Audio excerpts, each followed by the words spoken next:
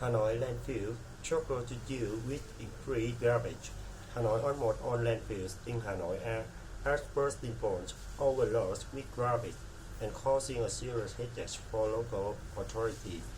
While officials say they are concerned about the growing motion of trust, there are a number of the new waste treatment centers close to beginning operation. And over the next 10 years, more high-tech landfill sites will be created. The biggest site in Namsan opens in the 1998 and cover an area of the 157 hectares with further expansion planned over the next 30 years. It receives around 5,000 tons of garbage each day, between 1.8 million tons every year, serving 12 inner districts and 5 suburbs of the capital. This vast amount of profit has caused the authority to look for alternative measures to solve the garbage problem. Team Hanoi Environment and Energy Joint Stock Company were granted in an investment license to build a 7 trillion Vietnam dong waste to energy plant at the Nam Sơn. It was expected to handle 4,000 tons of garbage daily, generating about 75 MW per house. First, construction of the new facility was delayed because the COVID-19 pandemic. According to the investor, it's now said it should be operational later this year. Sinh Sơn landfill in Ba Vy district received garbage from 12 suburban districts of Ba Vy, Trương Mỹ, Đan Phượng, Hoài Đức, Mỹ Đức, Phúc Thọ, Phú Xuân, and another place, and the last one is Sơn Tây Towns. About 1,500 tons of garbage is transferred to the landfill daily, of which 1,400 tons is buried and the rest burned. In Nam Tu Lim district, mostly due with medical waste and toilet waste to other landfill in the city, Kiêu Kỵ waste treatment area in Gia Lâm district and Phương Đình waste treatment area in Đan Phượng district have both closed. Solid waste is now gathered at Vân Nội and Nguyên Khuê Trùm in Đông Anh district and Vĩnh Quỳnh Trùm in Thanh Trì district.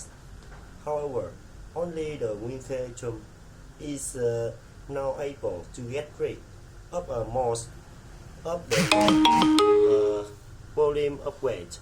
Nguyễn Hữu Tiến, Hà Nội Urban Environment and Member Limit Company Director General says overload landfill pose high risk of air pollution, wastewater leakage, and garbage mounting up because it cannot be buried quickly. He also fears the situation will worsen as the weather gets warming. Ting says after that festival, the concentration of organic waste increased while it's wet and warm during spring. It's caused difficulty to control the smell discharged from the garbage. There were also issues with local residents who live near the plant angry over the increasing amount of garbage. Demonstration at the site prevent trucks from entering and cause a huge garbage backlog. But there is light at the end of the tunnel. According to Hanoi's construction department, investment procedure of 3 ways to power projects in the city are being complete.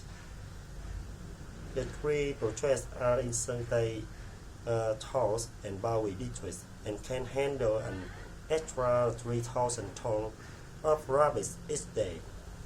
In Viet commune, Đông Anh district, an industrial waste depot is almost complete, but investors are asking for permission to treat medical waste as well as industrial waste.